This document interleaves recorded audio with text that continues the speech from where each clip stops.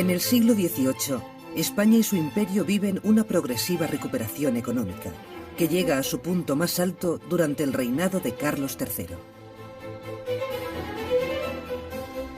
El pensamiento ilustrado nace en Francia a finales del siglo XVII y se desarrolla en el XVIII con el afán de modernizar y mejorar la sociedad. Esta centuria recibe el nombre de el siglo de las luces. La absoluta fe en el poder de la razón intenta eliminar toda tradición, superstición o idea en conflicto con el ideal de progreso humano. Los pensadores ilustrados creen que ha llegado el momento de que el hombre salga de su minoría de edad y supere su incapacidad para pensar por sí mismo. Incapacidad achacada a la influencia nefasta de la Iglesia a lo largo de la historia. Por tanto, en esta mayoría de edad surge un nuevo planteamiento que tiene como lema: ten el valor de servirte de tu propio entendimiento. La Ilustración es una corriente muy preocupada por las ideas políticas y sociales.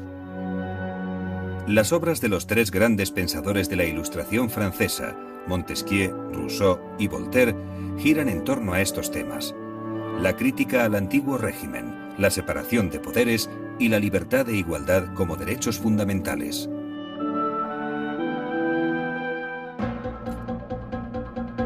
Las monarquías absolutas del siglo XVIII representan el despotismo ilustrado por el que el monarca se siente el primer servidor del Estado. Los soberanos toman de la Ilustración lo que les interesa. Plantean reformas judiciales y agrícolas y fomentan la educación, la urbanización de las ciudades y la mejora de los caminos. Sin embargo, rechazan el núcleo de este pensamiento, la libertad política. Gaspar Melchor de Jovellanos es el ilustrado español más eminente. Su informe sobre la ley agraria contiene uno de los diagnósticos más acertados que jamás se haya escrito sobre los males de España, denunciando el desigual reparto de la propiedad rústica y la situación miserable del campesinado. La agricultura es uno de los ámbitos donde la voluntad reformista se manifiesta con más intensidad. Tratan de crear un nuevo tejido social basado en pequeños agricultores de nivel de vida relativamente desahogado que contribuyan a enriquecer el país. La monarquía borbónica concentra múltiples esfuerzos en proteger y desarrollar los recursos económicos de América. Inglaterra y España llegan a un conflicto naval en América por intereses comerciales enfrentados en sus respectivas colonias. La Guerra de la Oreja de Jenkins convierte a Inglaterra en el principal rival de España, que intenta a toda costa defender sus posesiones americanas y recuperar Gibraltar y Menorca. De América procede una de las razones que propician la expulsión de los jesuitas: la acusación de proyectar un imperio en Paraguay al margen del poder real. El Paraguay puede proporcionarnos otro ejemplo. Han querido imputárselo como un crimen a la compañía, que considera el placer de gobernar como el único placer de la vida, pero siempre será hermoso gobernar a los hombres haciéndolos más felices. A dicha compañía le cabe la gloria de haber sido la primera en mostrar en aquellas regiones la idea de religión unida a la de humanidad. Los jesuitas representan un peligro para el poder centralizado de los reyes borbones. El control que ejercen en América se organiza en reducciones o misiones. Habitadas por los indígenas y protegidos por los jesuitas de la rapacidad de los terratenientes portugueses y españoles, constituyen el llamado Estado jesuítico. Los investigadores botánicos españoles realizan la mayor aportación a la ciencia al describir buena parte de la flora y fauna americana, con actuaciones como la expedición botánica emprendida por Celestino Mutis y Francisco José de Caldas. En consonancia con el espíritu ilustrado de estos años, se organizan expediciones científicas a América. Jorge Juan, Antonio de Ulloa y Alejandro Malaspina son los grandes expedicionarios del momento. Sus pensamientos y reflexiones suponen la incorporación de España a la ciencia moderna y una interesante propuesta sobre la forma de mejorar el gobierno y aprovechar el imperio. Para ello se proponen reformas a través de medidas políticas, educativas y científicas. La búsqueda de recursos minerales y vegetales anuncia el desarrollo de la industria, la medicina y la alimentación.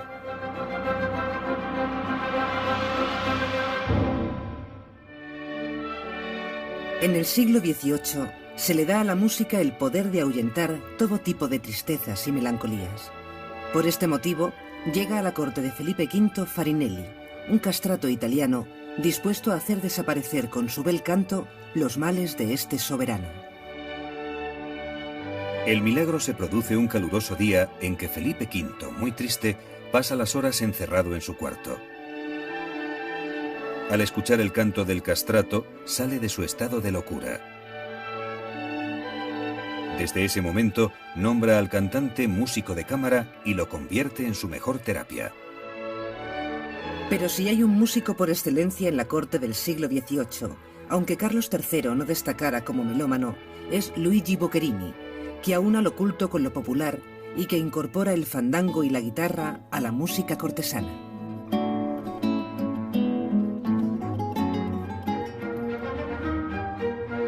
Arquitectónicamente, en el siglo XVIII conviven diferentes estilos artísticos. El churrigueresco es un barroco tardío que se da en España y sus colonias americanas, especialmente en México, en el segundo tercio del siglo XVIII. Este estilo introduce una manera de decorar que llega al extremo de recargar las fachadas con guirnaldas, jarrones, florones y angelotes. El rococó surge en Francia a mediados del siglo XVIII y llega a España de la mano de artistas franceses que Felipe V trae a su corte. Es un arte esencialmente decorativo relacionado con la vida cortesana y ambientes de ostentación.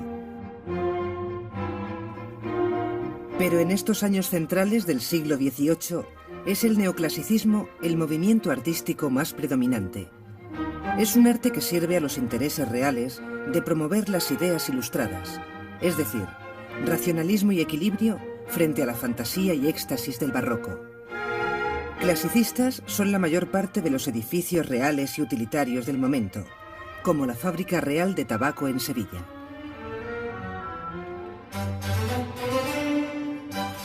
Vestir y decorar el interior de los grandes palacios que construyen los monarcas no es una tarea sencilla. El ambiente rococó que respira la corte borbónica exige un gran refinamiento. Las innumerables salas de los palacios están repletas de muebles, tapices, cortinajes, bronces, vidrios y porcelanas. Por todo ello, y copiando el modelo francés, los reyes promueven la creación de fábricas reales para producir todo tipo de manufacturas con las que abastecer las necesidades de boato y lujo tanto dentro como fuera del país. Todos estos esfuerzos reformadores se truncan con la muerte de Carlos III, la invasión de las tropas napoleónicas y la Guerra de Independencia. Carlos III planteó una serie de reformas que atentaron directamente contra los intereses de la nobleza y del clero. Al tratarse de reformas superficiales, no estructurales, tuvieron un escaso impacto sobre la mayoría de la población española. Pastores, pescadores, jornaleros, viudas o ceramistas son ajenos a las luchas de los grupos dirigentes y continúan ganándose la vida con su trabajo diario, reuniéndose en festividades religiosas y haciendo las mismas cosas que hacían sus padres. En Francia, un año después de la muerte de Carlos III, estalla la Revolución Francesa. Corren nuevos aires en Europa, mientras que en España, los reinados de Carlos IV y Fernando VII coinciden con la crisis de las ideas ilustradas. Gran parte de los esfuerzos por mejorar el país quedan en un sueño ante los peligros que se avecinan. Goya adelanta en su grabado El sueño de la razón produce monstruos, el drama del enfrentamiento entre las viejas y las nuevas ideas.